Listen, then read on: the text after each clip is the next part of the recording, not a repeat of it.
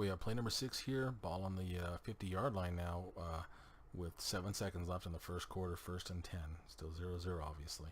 So looking at what he's in here, he is in a trip set. He's running the very same play that his opponent ran on the very first play. And actually, I saw that play card, so this is actually called scat. So basically, you get the hook, obviously, as you can see there on both sides. You get kind of a slant stop here. The flare route, bubble route here, and then the go route. So looking at it right now, looking at the coverage, at least to me, this looks like cover 3. I see this corner off, this one deep, this safety over here, this safety deep, and then the strong safety up here a little bit tighter to the line. So to me, that tells me it's probably some sort of cover 3. It's always possible this is like a man, or even the robber. It could be out of this. He just may have brought him up himself. So looking at that though, and if this is a cover 3, that means one of these guys here will probably drop here. One of these two guys will drop in a hook, and then one of these two guys will have flat. So that's probably what we're going to see, some version of this, possibly with another guy dropping. I don't know. I haven't looked at this play yet, as far as to see what it was. So again, like I said, now you have a situation where it looks like man-to-man. As far as these two guys, they're alignment at least. So you want to make the read now. Right off the bat, I know this is probably going to be covered. So my next guy to look at here would be this guy. If I see him go flat, then I automatically look over to this guy. If I see him dropping off, then I want to hit the hook underneath. Okay. Now, if I see these guys go man-to-man, so if I see him bump up on him, and this guy here, if I see him bump up right now, I'm looking automatically to this bubble route. Now I want to look at this guy. If he's able to get across the face of these guys here, because he may get tangled up, this could create a natural pick, then I may be able to hit this. But if he does get across easily, then I got to start moving over to the other side of the field and look for either the slant stop here or the flare out. And if neither of those are open, if nothing's open, then I might have to look at, yeah, that's when you can roll out or step up and find a lane to run or get out of the pocket just to throw that ball away. So let's go ahead and run through the play and see what happens, and then we'll discuss. So as we get it right now, it looks like man-to-man. Well, no, it's a zone. It's a cover 3. It's, you know, the guy goes flat and the hook player there stays shallow. He sees it, so he stays with it. So my thinking is boom, boom. I see all that covered. I'm going over to this side, and hopefully this will open up. If not, then this should be there. And right there, I wouldn't throw that just because this guy's so tight. At least not until I see him attack. If you want to be a little patient here because he has plenty of time to throw the ball, that's fine. But really, I would throw this right away, to be honest with you. Although, see how fast he starts to move. Once he moves there, boom, that opens up nicely. So that's another thing you can do. But rolling out here is not really, to me, a good thing. You didn't have to for one. You know, this is not a rollout play. Now, I know he's trying to buy some more time, but he has plenty of time in the pocket. And you see that blocking there is spectacular. You know, it's what the Patriots do very well. So now, as you can see there, he's rolling out, trying to get a guy open, and now he's finally starting to open up. So that's not necessarily a bad thing there. Throws it up, throws on a bullet pass on that, makes a great catch. A beautiful juke right there. Holy wow. So boom, and then boom, boom. Nice. And he gets himself a big play, obviously.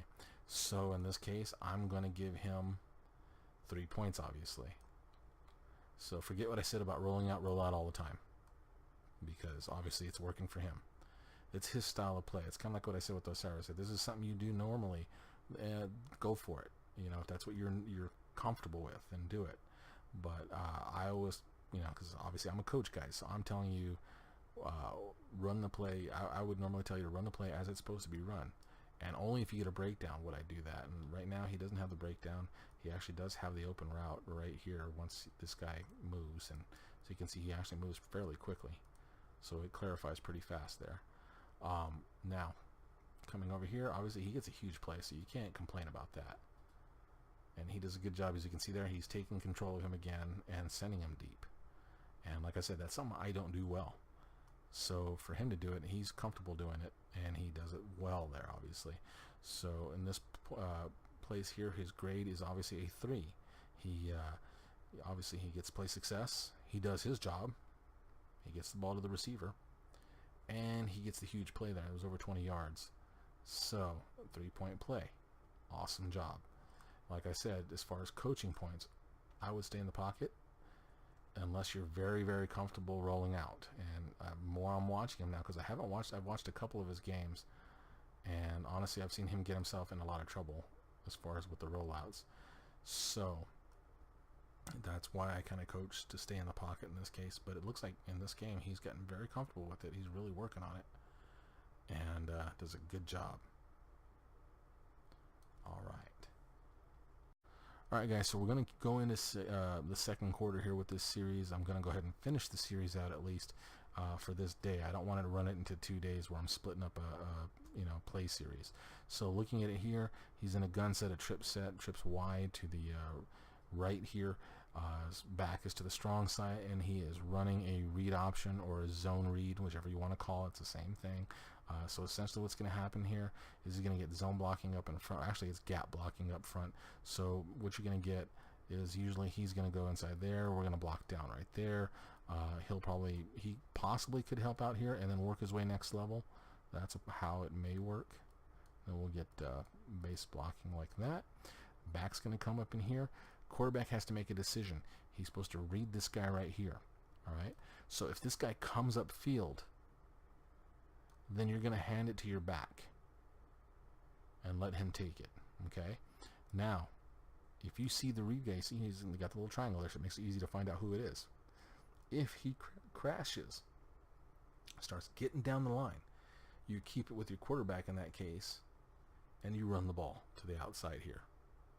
Everything else should be sealed off. Actually, I guess he's going to run him out like that, but that's nothing he's doing. That's just how the play is diagrammed here to take him out. So let's go ahead and run through this, see what happens, and then we'll discuss. So as you see here, boom. All right, now in this case, he doesn't get upfield, but he squats. And when he squats like that, he's sitting, he's waiting for the quarterback.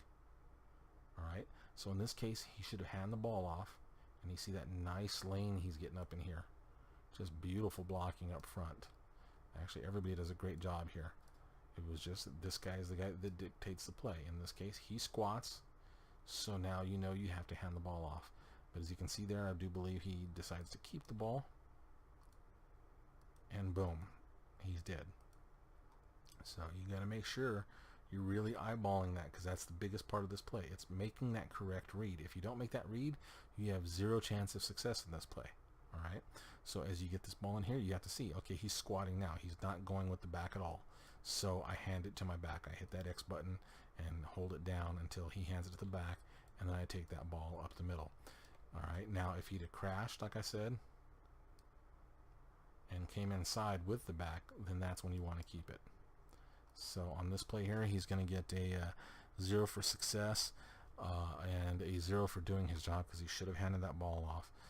There's no negative bonus because it's not more than 4 yards here, so, or more than 5 yards, I believe.